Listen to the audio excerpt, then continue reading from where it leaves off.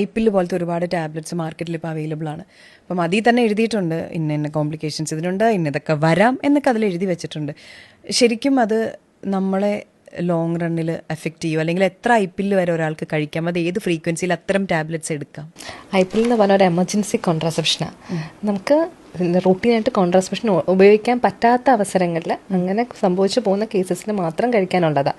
അതും 100% എഫക്റ്റീവ് അല്ല. ഐപിഎൽ കഴിച്ചാലും പ്രഗ്നൻസി ആയേക്കാം.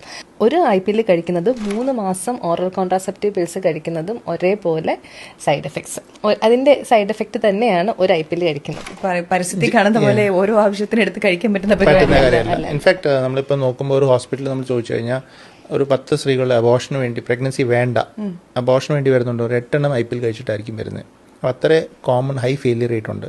ഫോർ എക്സാമ്പിൾ നമ്മളിപ്പം റെഗുലറായിട്ട് യൂസ് ചെയ്യുന്നത് regular contraceptive tablets, condoms use ചെയ്യുന്നുണ്ട്, കോപ്പർ ടീ ഇടുന്നുണ്ട്, ഈ നല്ല പ്രോപ്പറായിട്ട് യൂസ് ചെയ്യുന്നുണ്ടെങ്കിൽ ഇങ്ങനത്തെ കേസസിൽ പ്രഗ്നൻസി ആവാൻ്റെ സാധ്യത 1% താഴെ ഉള്ളൂ.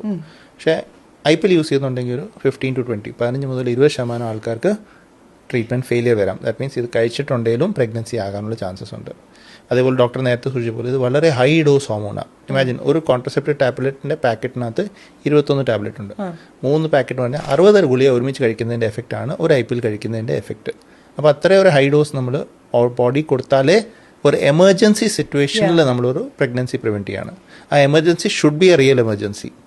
അല്ല നമ്മളൊരു കടയിൽ പോയി മേടിക്കുക, ഓരോ പ്രാവശ്യം ഉപയോഗിക്കുക, അത് ഒത്തിരി ഹെൽത്ത് ഇഷ്യൂസും ഉണ്ടാക്കാൻ ചാൻസ് ഉണ്ട്. കാരണം ഇത്രയും ഹൈ ഡോസ് ഹോർമോൺസ് പോകുമ്പം റിസ്ക് ഉണ്ട്. സോ ഇതൊരു റുട്ടീൻ കോൺട്രസെപ്ഷൻ അല്ല. Emergency is only in emergency cases. Easily available ആവുന്ന ഒറ്റ കാരണത്താലായി ആൾക്കാർ ഇങ്ങനെ വാങ്ങിച്ച് കഴിക്കുന്നത്, അല്ലാതെ ഇതിന് വേറൊരു റോളോ ഇല്ല. അതുപോലെ ഇത് അടുത്ത് വരുന്ന സൈക്കിൾസും കുറച്ച് ഇറഗുലർ ആകും. അതുകൊണ്ട് തന്നെ ആ കാൽക്കുലേഷനും മാറും. So you are increasing your chances of an unwanted pregnancy in the other cycles because you have no track of calculation. പീരിയഡ്സിന്റെ ഡേറ്റ് എല്ലാം അങ്ങോട്ടും ഇങ്ങോട്ടും മാറും. അത് വളരെ കോമൺ ആയിട്ട് പലപ്പോഴും ബ്ലീഡിംഗ് വന്ന് നിൽക്കാതെ വരാറുണ്ട്.